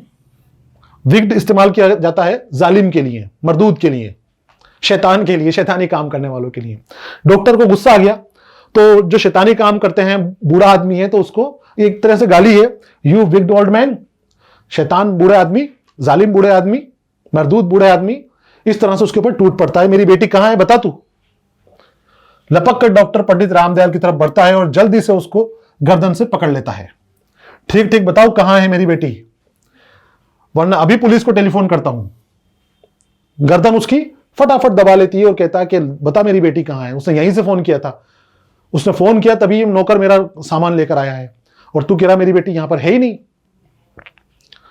Ramdayal गर्दन छुड़ाते हुए वो करने लग जाता है, गर्दन उसकी दबा रखी है, डॉक्टर ताकतवर है और रामदयाल थोड़ा कमजोर है, बूढ़ा है, गर्दन नहीं छोड़ता। लेकिन डॉक्टर, लड़की की आवाज डैडी डैडी। इतनी देर में लड़की उसकी आ जाती है अपने डैडी को आवाज लगाते हुए। डैडी वालिद को कहते हैं, फादर को कहते हैं, तो वो अपने डैडी को आवाज लगाते हुए आ जाती है। डॉक्टर पलटकर देखता है तो उसे अपनी लड़की कमलकांत के साथ नजर आती है। वो जल्दी से रामदयाल की गर्दन छोड़ देता है। रामदयाल जोर जोर से हाँप रहा है। लड़की भागकर डॉक्टर के पास आती है। अब लड़की की आवाज आई तो पलटकर जैसे ही देखा तो लड़की इस रामदयाल के लड़के के साथ, कमलकांत के साथ आ रही है, और खुशी खुशी आ रही है। जैसे उसने ये देखा, उसने उसकी गर्दन छोड़ दी। वो बेचारा रामदयाल बूढ़ा है, गर्दन दबाई थी तो उसका सांस भर गया, हाँप रहा है, सांस उसकी भर गई है। लड़की, डैडी मैं अभी अभी फ्लैट देखकर आ रही हूं। It's a very nice flat, 2 big bedroom, 2 big bathroom and a big hall and a big kitchen and a big pantry. Oh, it's lovely, you know। और किराया सिर्फ 7 रुपये। लड़की देखकर आ गई। अब वो अंग्रेजी के अंदर अपने उस फ्लैट की तारीफ कर रही है। वो कहती है it's a very nice flat, ये बहुत अच्छा फ्लैट है, बहुत खूबसूरत फ्लैट है। इसमें 2 big बेडरूम है, 2 बड़े बेडरूम है, इसके अंदर सोने के कमरे हैं। इसमें 2 big बाथरूम है, दोनों अटैच बाथरूम है। इसमें एक हॉल भी है, and a big hall and a big kitchen, एक बड़ा किचन भी है, यहां पर बड़ी रसोई भी है। और फिर एंड ए बिग पेंट्री, ओह इसमें एक बिग पेंट्री भी है। पेंट्री उस कमरे को बोलते हैं जिसके अंदर सामान वगैरह रखा जाता है, खाने पीने का सामान हो, कपड़े वगैरह हो। एक तरह से आप ही समझ लो घर में छोटा सा गोदाम होता है, कोठार जिसको कहते हैं, जिसमें खाने पीने की और दूसरी चीजें जो भी एक्स्ट्रा है घर के अंदर वो सारी उसमें रख दी जाती है। तो बिग पेंट्री भी है, खुश हो रही, ओह इट इज लवली, बहुत प्यारा घर है, बहुत अच्छा घर है, it is lovely house. You know ये भी इंग्लिश लफ्ज है। यू नो यानी आप जानते हो। अब किराए के बारे में यू नो, और किराया सिर्फ 7 रुपए। आपको पता है इतनी अच्छी सारी फैसिलिटी मिल रही है, इतनी सहूलियत हमें मिल रही है, और इतनी सहूलियत के साथ जो किराया है वो सिर्फ 7 रुपए। ये बहुत पहले के दौर का है, लगभग 1960 के 65 के आसपास का अफसाना है। 7 रुपए बड़ी रकम हुआ करती थी, लेकिन इनके लिए 7 रुपए अभी बहुत छोटी रकम है। आसानी से इनको 7 रुपए में फ्लैट मिल रहा है। डॉक्टर, तुमने ले लिया? लड़की, ये देखिए फ्लैट की चाबी। वो अपने हाथ में फ्लैट की चाबी लेकर आ गई और फ्लैट की चाबी दिखा रही है। डॉक्टर पूछता है कितना अच्छा रूम है, इतना अच्छा फ्लैट है, ले लिया तुमने? बोलती देखिए चाबी हमारे कब्जे में है, हमें फ्लैट मिल गया। रामदयाल बेटे से, तुमने फ्लैट इनको दे दिया? कमलकांत, हाँ पिताजी। रामदयाल, मगर ये है कौन, किस जाति से ताल्लुक रखते हैं, किस मजहब से ताल्लुक रखते हैं, कहां के रहने वाले हैं, कैसे खाते हैं, कैसे पीते हैं, बगैर पूछे तुमने इनको फ्लैट दे दिया? कमलकांत घबराकर, अब जब पिताजी ने असली बात पूछी, मगर ये है कौन, तो कमलकांत घबरा गया। घबराया क्यों? क्योंकि उसको अपने पिताजी की आदत पता है, उसको पता है पिताजी का नजरिया क्या है, किस तरह की वो सोच रखते हैं, किस तरह के वो ख्याल रखते हैं। तो वो घबरा गया और पूछता है, ये घबराते घबराते बोल रहा है, ये आवाज धूज रही है बोलने के अंदर, ये तो मैंने पूछा ही नहीं मैंने कौन है। रामदयाल, नाम तक नहीं पूछा और किराए पर दे दिया? कमलकांत, इनका नाम बिल्लो है शायद। कुछ नहीं पूछा, उसने मकान दे दिया। लड़की खूबसूरत थी और वो इससे ये भी जवान था, तो बातें कर रहे थे, हंसी मजाक कर रहे थे। लड़की ने इस अंदाज में इसके पास आई थी मकान लेने के लिए, तो इसने मकान दे दिया था। ये पिछले हिस्से के अंदर सारी चीजें दी गई हैं। कहीं से आपको मिले तो आप पूरा ड्रामा पढ़ के देखना। उस ड्रामे को आप पढ़ोगे तो सारी चीजें आपको और खूबसूरती लगेंगी और अच्छी आपको नजर आएंगी। तो वो लड़की जब पहले आई थी तो ये उसकी खूबसूरती से मुतासिर हुआ और इसको फौरन मकान दे दिया। नाम तक नहीं पूछा इसने। वो बिल्लो बिल्लो खाली कहते थे और बिल्लो के नाम जानता था कौन है, ना मजहब पूछता। तो अब बता रहा है अपने पिताजी को, इसका नाम बिल्लो है शायद। तो रामदयाल कहता है, बिल्लो कौन बिल्लो? बिल्लो तो बिमला हो सकती है, बिल्लो तो बलवान कौर हो सकती है, और बिल्लो तो बतूल भी हो सकती है। वो नाम से मजहब जानने की कोशिश कर रहा है, नाम से पहचानने की कोशिश कर रहा है कि कौन से मजहब की ताल्लुक रखते हैं। वो डॉक्टर वगैरह से थोड़े दूर खड़े हुए हैं, तो अब उसने नाम बताया कि इसका नाम बिल्लो है। तो रामदयाल कहता है, बिल्लो का मतलब क्या है? बिल्लो तो बिमला हो सकती है, यानी ये हिंदू भी हो सकती है। फिर सोचता है, नहीं बिल्लो तो बलवंत कौर भी हो सकती है, सिख भी हो सकती है। फिर सोचता है, नहीं बिल्लो तो बतूल भी हो सकती है, मुसलमान भी हो सकती है।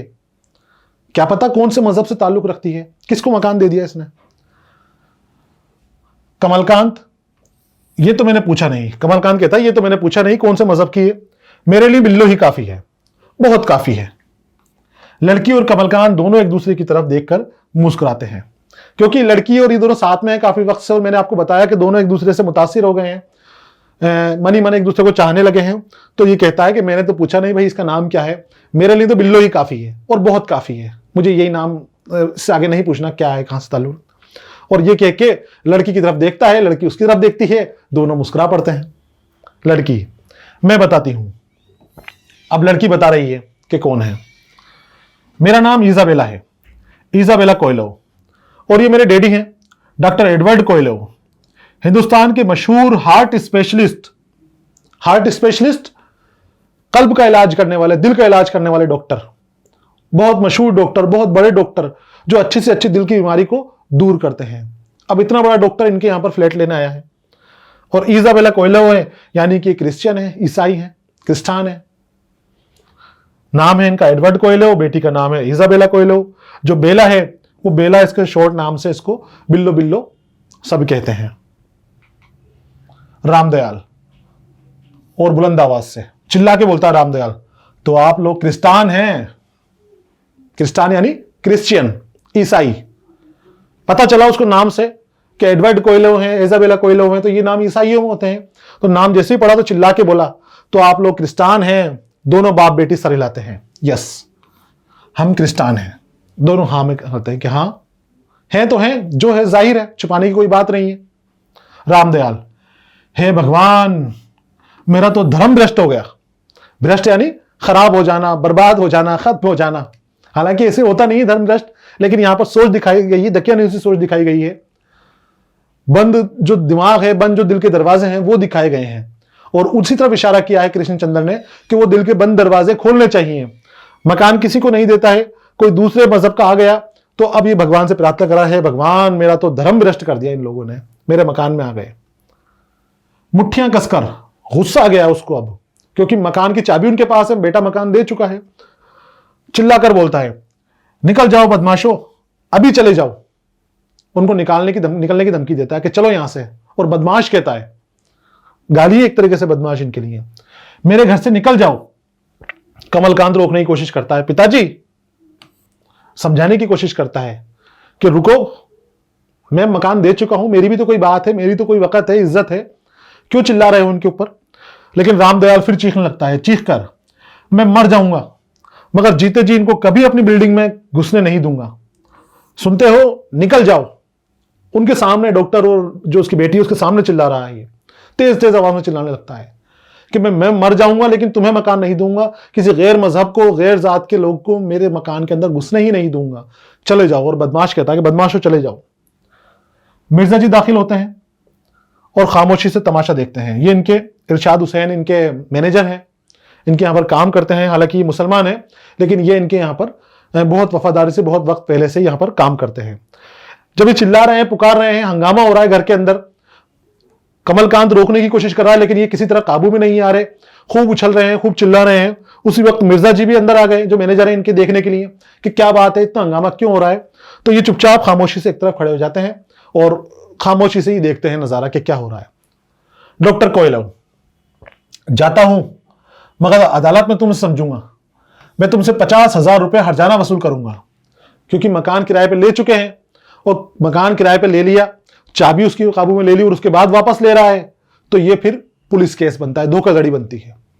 यहां पर डॉक्टर कहते हैं कि आपने हमारे साथ धोखाधड़ी की है, मैं इस केस को अदालत में लेके जाऊंगा, अदालत के अंदर मैं आपके ऊपर 50,000 रुपए का जुर्माना करवाऊंगा, हर्जाना वसूलूंगा कि मेरा खर्चा, कि मैं सामान लेकर आ गया यहां पर, इतना मेरा वक्त बर्बाद हुआ, मैं हार्ट स्पेशलिस्ट हूं, बड़ा डॉक्टर हूं, पता नहीं कितने में मरीज देखता इस टाइम के ऊपर, लेकिन तुमने मेरा वक्त बर्बाद किया, मेरा किराया का पैसा बर्बाद किया, वहां से मैंने मकान खाली किया, और अब सामान कहां लेके जाऊंगा, मैं तुम्हारे ऊपर जुर्माना करूंगा, हर्जाना मांगूंगा। रामदयाल चिल्लाता है, तुम 50,000 नहीं 1 लाख वसूल करो, 5 लाख वसूल करो, 10 लाख वसूल करो, मगर तुम कभी नहीं इस बिल्डिंग में। हाय, इतनी देर में उसके दिल में दर्द होने लग जाता है, हार्ट अटैक आ जाता है उसको, चिल्ला रहा है, बेकाबू हो रहा है। डॉक्टर कहता है कि 50,000 का जुर्माना करूंगा, तो डॉक्टर के ऊपर उल्टा और चिल्लाता है कि तो 50,000 का मत करे, 1 लाख का कर, और 1 लाख का नहीं 5 लाख का कर, 5 लाख का नहीं 10 लाख का कर, जितना चाहे उतना जुर्माना कर, जिस चाहे अदालत में चला जा, मैं तुम्हें अपने फ्लैट में नहीं घुसने दूंगा, मैं यहां तुम्हारी एंट्री नहीं होने दूंगा। ये बोल ही रहा, चिल्ला रहा है, इतनी देर में इसके दिल में दर्द हो जाता है और चिल्ला के जोर से गिर पड़ता है, हाय करता हुआ, हाय। यकायक अपने दिल को पकड़कर तख्त पर धड़ाम से गिर जाता है, यकायक, अचानक, चिल्लाने की वजह से दर्द हो गया, हार्ट अटैक आया, और वहीं तख्त के ऊपर यह आड़ा पड़ जाता है। जोर से पिताजी कहकर कमलकांत उनकी तरफ बढ़ता है। अब उनका बेटा है, पास में खड़ा हुआ है, रोकने की कोशिश कर रहा था अभी। अब देखा कि मेरे वालिद को हार्ट अटैक आया है, चीख कर जोर से उनके पास जाता है कि पिताजी क्या हो गया आपको। मुखर्जी और मिर्जा जी भी जाते हैं उनके पास। मुखर्जी और मिर्जा जी जो वहां पर खड़े हुए हैं, मिर्जा इनके मैनेजर हैं और मुखर्जी जो है इनका कामकाज संभालने वाला जो था इनका, वो साथ में जो आए थे इनके, गिसाई की इससे बात कर रहे थे। दोनों ये भी भागकर उनके पास जाते रामदयाल जी के पास। डॉक्टर केवलेव और रेजाबेला रुक कर देखते हैं। अब वो जा रहे हैं, बाहर निकल रहे हैं डॉक्टर उनकी बेटी, लेकिन रुक कर देखते हैं कि ये क्या हुआ इसके। अब वो हार्ट के स्पेशलिस्ट हैं और चाहे तो जान बचा सकते हैं, लेकिन अब ये कहते हैं कि नहीं, जब इसने हमारी कदर नहीं करी, हमारी इज्जत नहीं करी, तो मैं इसका इलाज नहीं करूंगा। ये आदमी किसी जिंदा रहने लायक नहीं है आदमी। मिर्जा जी, दिल का दौरा पड़ गया है। दिल का दौरा यानी हार्ट अटैक। डॉक्टर, चलो बेटी। डॉक्टर अपनी बेटी को ले जाने लगता है। अब डॉक्टर हार्ट स्पेशलिस्ट है, अगर उससे अच्छा बर्ताव करता ही है तो डॉक्टर इसकी खिदमत कर सकता था, इसको ठीक कर सकता था। डॉक्टर ने देख लिया कि हार्ट अटैक आया है, लेकिन डॉक्टर गुस्से के अंदर है, बेइज्जती डॉक्टर की है, बदमाश उसको बोला है, तो वो कहता चलो बेटी, हम यहां नहीं रुकेंगे। अब कमलकांत अपने बाप को छोड़कर भागा आता है। कमलकांत को पता है हार्ट स्पेशलिस्ट ही बचा सकता है मेरे बाप को। बाप पड़ा हुआ है वहां पर, कमलकांत भी वहां पर खड़ा हुआ था।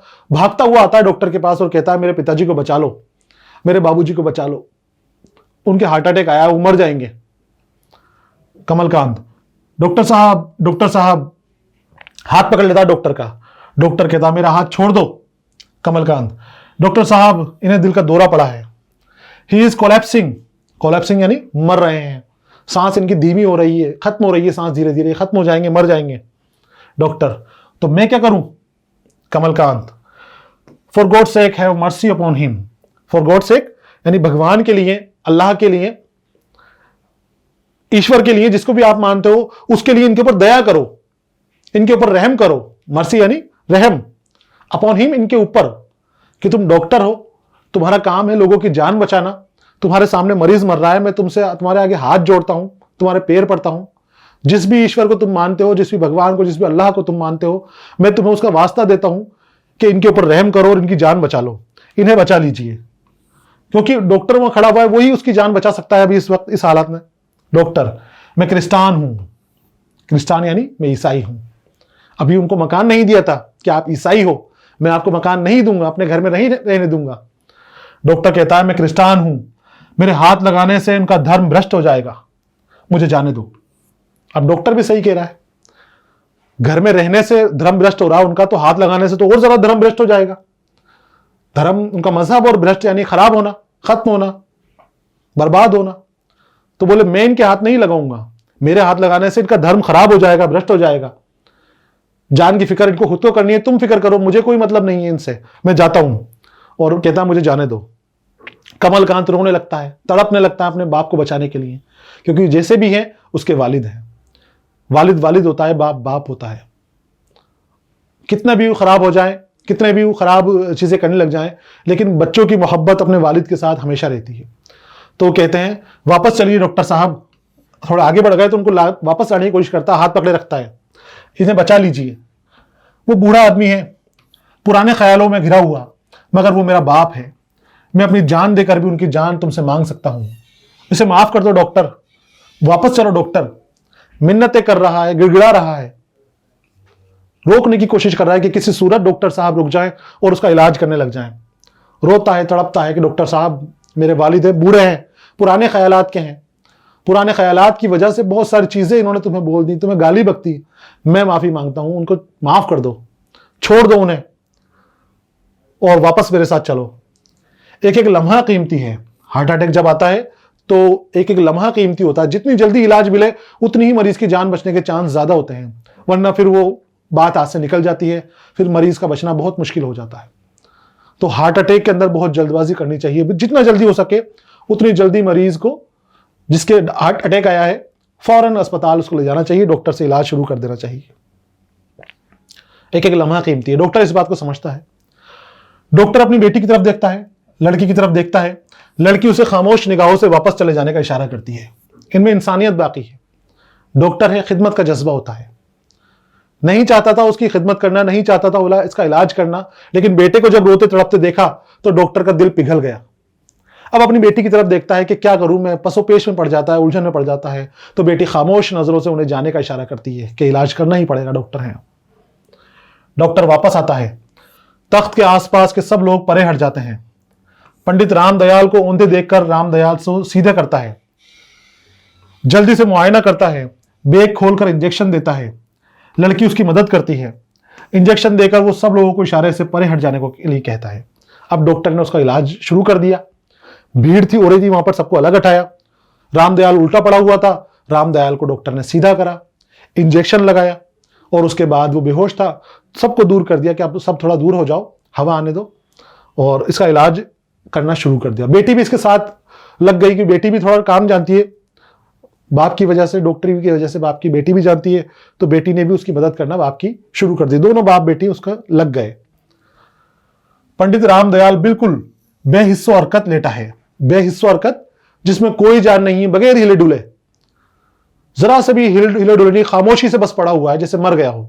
इस तरह की हालत के अंदर वो मौजूद है। डॉक्टर अपनी घड़ी की जानिब देख रहा है। आहिस्ता से रामदयाल के जिस्म में हरकत पैदा होती है। अब वो बेहिस्सो हरकत पड़ा हुआ है, कोई हरकत नहीं है, कोई हलचल नहीं है जिस्म के अंदर, जैसे मरा हुआ हो, इस तरह से पड़ा हुआ हो। डॉक्टर घड़ी देखता है कि कितनी देर में इसको होश आता है। अचानक रामदयाल का जिस्म हिलने लगता है। रामदयाल के जिस्म में हरकत शुरू होती है, हलचल शुरू होती है। आहिस्ता से वो आंखें खोलता है, आहिस्ता से वो उठने की कोशिश करता है। डॉक्टर कहता है उठिए मत, लेटे रहिए। डॉक्टर उसको उठने से मना करता है। जान आ गई जिस्म के अंदर, आंखें उसकी खुल गई हैं, उठने की कोशिश करता है, लेकिन डॉक्टर मना करता है आप लेटे रहिए। लेकिन रामदयाल कहता है नहीं, मुझे बैठने दो। कमल, डॉक्टर साहब ने आपकी जान बचाई है पिताजी।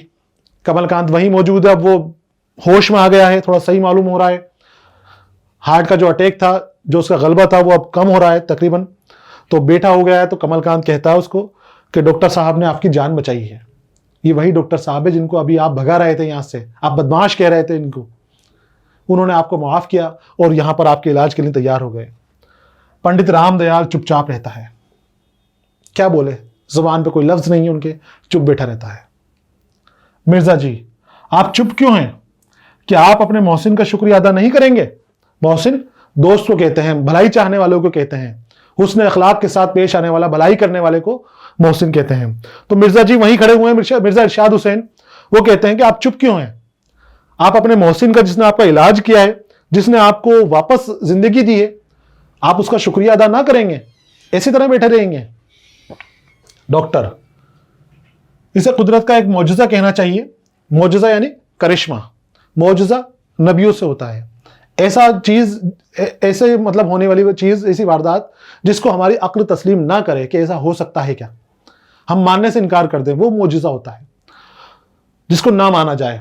तो ये कुदरत का करिश्मा है, एक मौजूजा है कि ये बात मैंने पहली बार देखी है। वो क्या है कि 1 मिनट पहले मैंने देखा आपकी नब्ज बंद हो चुकी थी, दिल बंद था।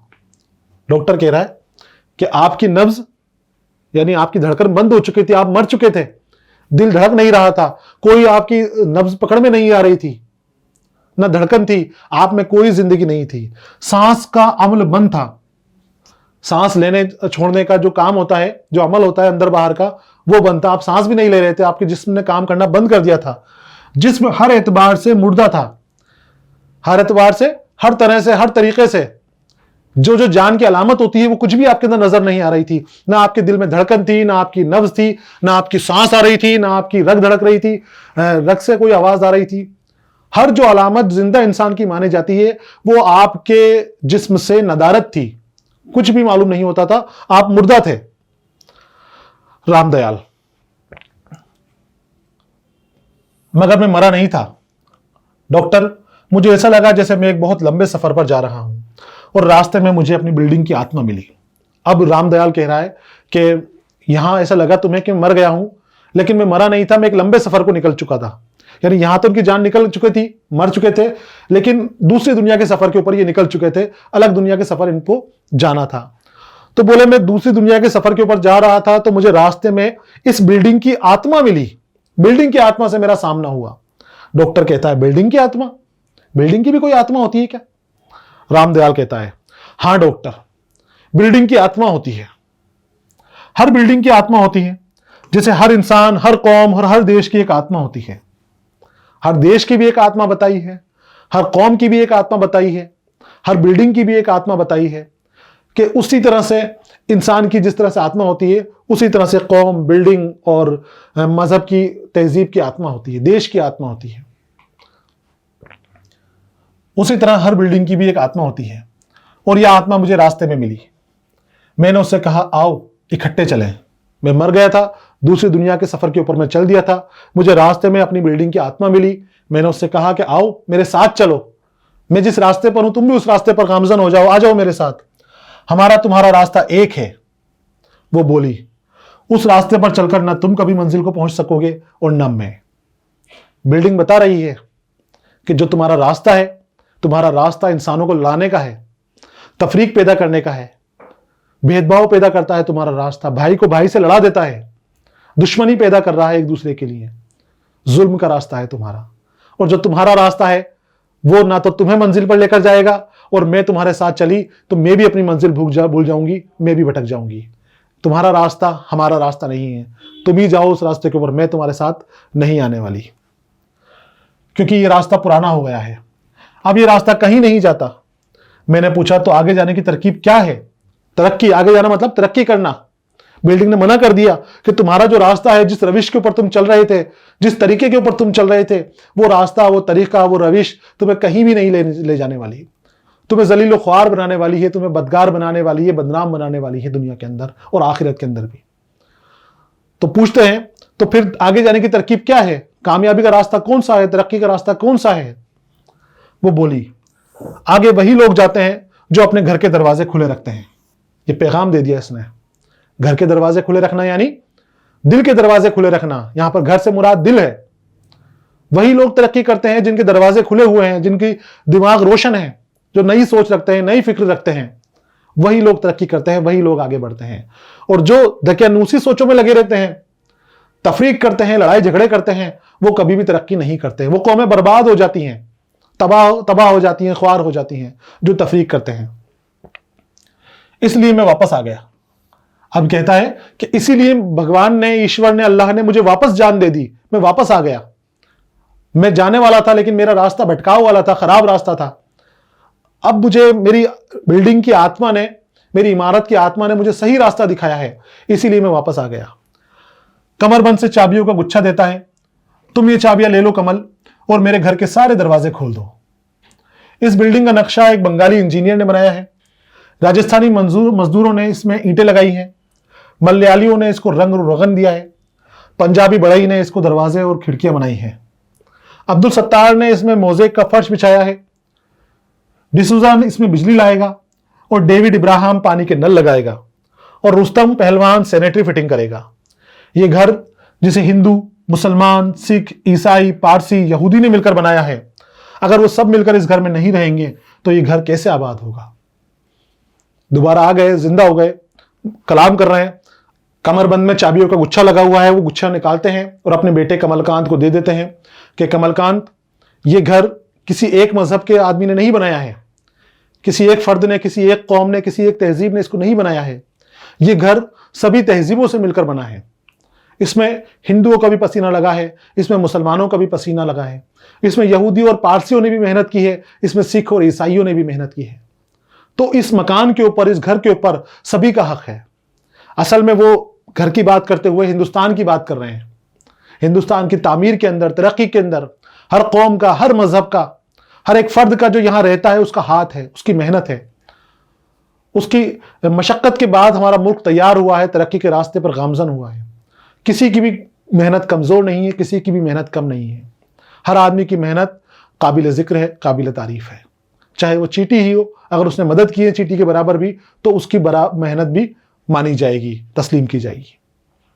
तो यहां पर वो कहते हैं कि जब सभी ने मिलकर ये इमारत बनाई है, सभी यहां पर लगे, हर मजहब के लोग यहां पर लगे हुए हैं, तो यहां पर फिर रहने से मैं कैसे इनकार कर सकता हूं कि फला मजहब के लोग नहीं रहेंगे, फला तहजीब के लोग नहीं रहेंगे, फला जाति के लोग यहां पर नहीं रहेंगे? नहीं, फिर ये घर घर नहीं बनेगा। ये घर तभी बनेगा जब हर मजहब, हर जाति, हर छोटा बड़ा इंसान बगैर किसी तफरीक के यहां पर मिलजुल कर रहेगा, एक होकर रहेगा, तभी ये घर तरक्की कर सकता है। इसलिए मैं वापस आ गया हूं और तुम्हें ये चाबियां देता हूं। कमल, अब इस घर के सारे दरवाजे खोल दो और उसके सारे बेटों को बुला लो जो इसमें रहने वाले हैं, जिन्होंने मेहनत की है। ये कहता है कि वो सारे इसके बेटे हैं। मैंने आपको बताया कि यहां पर कृष्णचंद्र घर का नाम लेकर पैगाम हमारे मुल्क को जोड़ने का दे रहे हैं, हिंदुस्तान की तरक्की की बात कर रहे हैं। हम सब हिंदुस्तान के बेटे हैं, हमारे मुल्क के बेटे हैं, बच्चे हैं हमारे मुल्क के। हमें मिलजुल कर रहना है, एक होकर रहना है, यकजहती के साथ रहना है। तो ये कहते हैं कि घर के दरवाजे खोल दो, एक हो जाओ, नफरतें मिटा दो, आपस में लड़ाई झगड़े खत्म कर दो, सभी बेटों को बुला लो। करीमुल्लाह साइंसदा को और आफ्ताब राय को, औरंगाचारी को, एडवर्ड कोयलो को और सरदार गुरदयाल सिंह को। ये वो किरदार है जो अफसाने के शुरू में उससे मकान मांगने आते हैं। करीमुल्लाह साइंसदा है, ये मकान लेना आता है, बहुत बड़ा साइंसदा है, लेकिन ये इसको इनकार कर देता है, नहीं देता है मकान। आफ्ताब राय आता है इससे मकान लेने के लिए, ये इसको मकान नहीं देता है, मना कर देता है। एडवर्ड कोयलो का नजारा हमने देखा कि किस तरह से उनको जलील करता है, ख्वार करता है और वापस भगाने की कोशिश करता है। एक सरदार जी भी आते हैं, गुरदयाल सिंह, उनको मकान लेना था, लेकिन ये मकान उनको भी नहीं देता है। किसी भी मजहब के लोगों को मकान नहीं देता है। लेकिन अब जब इसकी आंखें खुल चुकी हैं, इसने अपने दिल के दरवाजे खोल लिए हैं, तो इसको सब याद आ रहे हैं और सबसे कह रहा है कि उन सब लोगों को बुला लो, उन सबको यहां पर मैं मकान दूंगा, सबके लिए यहां पर दरवाजे खोल दिए गए हैं। और जिस किसी ने एक ईंट भी इस घर को दी है, ये घर उसका है। और जो कोई इसकी दीवारों से लगकर रोया है, ये घर उसका है। और जिस किसी ने उसके सहन में खड़े होकर इंसान और इंसान की उम्मीद और उसकी हसरत और उसके दुख और उसकी मसरत और मुस्तकबिल से प्यार किया है, ये घर उसका है। अब यह घर अकेले पंडित रामदयाल का नहीं, ये घर तुम सबका है। सबको बुला नहीं करता कि बोले कि इस घर के अंदर वो हर आदमी रहेगा जिसने अपना खून पसीना इसमें लगाया है, जिसने मेहनत की है, जिसने मजदूरी की है, उन सबका ये घर है। हिंदुस्तान हर आदमी का है, जिसने हिंदुस्तान को आगे बढ़ाने की कोशिश की है, मसरत के साथ लगा रहा है, मुस्तकबिल के सपने देखे हैं, खुद को बढ़ाने के, मुल्क को बढ़ाने के सपने देखे हैं, वो यहां पर रहेगा। इंसान और उसकी उम्मीद और उसकी हसरत, इंसान और उसकी उम्मीद क्या है? मुल्क तरक्की करे, वो खुद तरक्की करे, आगे बढ़े। यही तो सपने होते हैं, यही तो हमारी चाहत होती है कि हम तरक्की करते जाएं, आगे बढ़ते जाएं। हम तरक्की करेंगे, हमारा मुल्क तरक्की करेगा, आगे बढ़ता रहेगा हमारा मुल्क। तो ये घर सबका है। मुस्तकबिल यानी आने वाला वक्त, फ्यूचर को मुस्तकबिल कहते हैं। आहिस्ता आहिस्ता घर के तमाम अफराद, घर बनाने वाले और घर पर काम करने वाले और घर में आने वाले तमाम लोग पंडित रामदयाल के पीछे जमा हो जाते हैं। अफराद है फर्द की जमा। फर्द, एक शख्स, एक इंसान, एक चीज। और अफराद एक से ज्यादा शख्स, एक से ज्यादा लोगों के लिए अफराद का इस्तेमाल किया जाता है। तो उसने बता दिया सबको बुला लो, एक हो जाओ, यकजहती का पैगाम दे दिया है। तफरीक के अंदर अब काम नहीं चलने वाला, लड़ाई झगड़ों से हम बर्बाद हो जाएंगे, दूसरे मुल्क हमारे ऊपर काबिज हो जाएंगे, हमें दबाने की कोशिश करेंगे, हम अपने आप को कमजोर कर रहे हैं लड़ाई से। तो सब लड़ाइयां अपनी खत्म कर दो और सब आ जाओ। अब आखिर के अंदर स्टेज के ऊपर धीरे धीरे पर्दा गिरने लगता है। मतलब पर्दा गिरने से पहले धीरे धीरे वो सभी लोग जो शुरुआत के से लेकर और अभी तक आए थे इसके पास मकान मांगने, यहाँ काम करने या किसी और ताल्लुक से यहाँ पर आए थे, वो सब आते हैं और रामदयाल के पीछे आकर खड़े हो जाते हैं। सबके चेहरे खुशियों से दमक रहे हैं और पसे मंजर में उस मौसीकी में यकजहती, प्यार, एहसासात और उखुवत का एक खुशाइंद कोरस बुलंद होता है और पर्दा आहिस्ता आहिस्ता गिरता है। अब वो आकर जमा हो गए, सबके चेहरे पे खुशी झलक रही है, चेहरे चमक रहे हैं सबके, क्योंकि अब यकजहत हो गए, एक हो गए, सब इत्तेहाद के साथ खड़े हुए हैं इस जगह के ऊपर, सबके चेहरे चमक रहे हैं। और पीछे से एक गाना शुरू होता है, पसे मंजर यानी मंजर के पीछे से एक आवाज आती है, कैसी? मौसीकी की, गाने की, जिसमें यकजहती, प्यार, एहसासात उस गाने के अंदर, और उखुवत का मतलब होता है भाईचारा। ऐसा भाईचारा जो भाइयों की यहां पर बात नहीं हो रही, जो सगे भाई उनकी बात नहीं हो रही, मुल्क के भाईचारे की यहां पर बात हो रही है, उखुवत की बात हो रही है, जिसमें बगैर किसी रिश्तेदारी के, बगैर किसी नातेदारी के भी दूसरे शख्स को अपना भाई समझा जाए, दूसरे शख्स की हमदर्दी दिखाई जाए, एक होने का जज्बा, वो उखुवत का ऐलान करता है। तो उखुवत का एक गाना बजना शुरू हो गया पीछे और एक खुश आइंद कोरस बुलंद होता है। कोरस जो सभी मिलकर गाना गाते हैं, खुश आइंद जहां खुशी झलकती है, अच्छी अल्फाजों के साथ एक गाना शुरू हो जाता है। यानी कुल मिलाकर यहां पर पैगाम मिलने का दे रहे हैं कि सभी एक हो गए हैं, सभी खुश हो गए हैं, सभी मिलजुल कर अब हिंदुस्तान की तरक्की में लग जाएंगे। और आहिस्ता आहिस्ता पर्दा गिरने लगता है। यहां पर हमारा ड्रामा मुकम्मल हो जाता है। पर्दा गिर गया तो कहानी हमारी खत्म, सबक हमारा मुकम्मल हो गया है। बहुत खूबसूरत सबक है। इस सबक के अंदर पैगाम दिया है कि एक हो जाएं और मिलकर रहेंगे तो उसी में सबकी भलाई है, उसी में हमारे मुल्क की बहबूदी है। और अगर हम लड़ेंगे, तफरीक करेंगे, ना इत्तेफाकी फैलाएंगे आपस के अंदर, तो फिर किसी का भला नहीं होने वाला। हम खुद का नुकसान तो कर ही रहे हैं, बल्कि हम हमारे मुल्क का भी नुकसान कर रहे हैं। हमारे देश को हम पीछे लेकर जा रहे हैं। जबकि हमारी जिम्मेदारी यह है कि हमें वो काम करना चाहिए जिससे हमारा देश तरक्की करे। यहां पर सबक कंप्लीट हो गया है। आपको जो मुश्किल अल्फाज हैं उनको लिखना है कॉपी के अंदर, और साथ ही मैंने बताया आपको कृष्णचंद्र के हवाले से जो ज़िंदगी के अहम मुकामात हैं उनके बारे में भी आप याद रखने की कोशिश करें, लिखने की कोशिश करें। अगले सबक के साथ फिर मुलाकात होगी, तब तक के लिए अलविदा।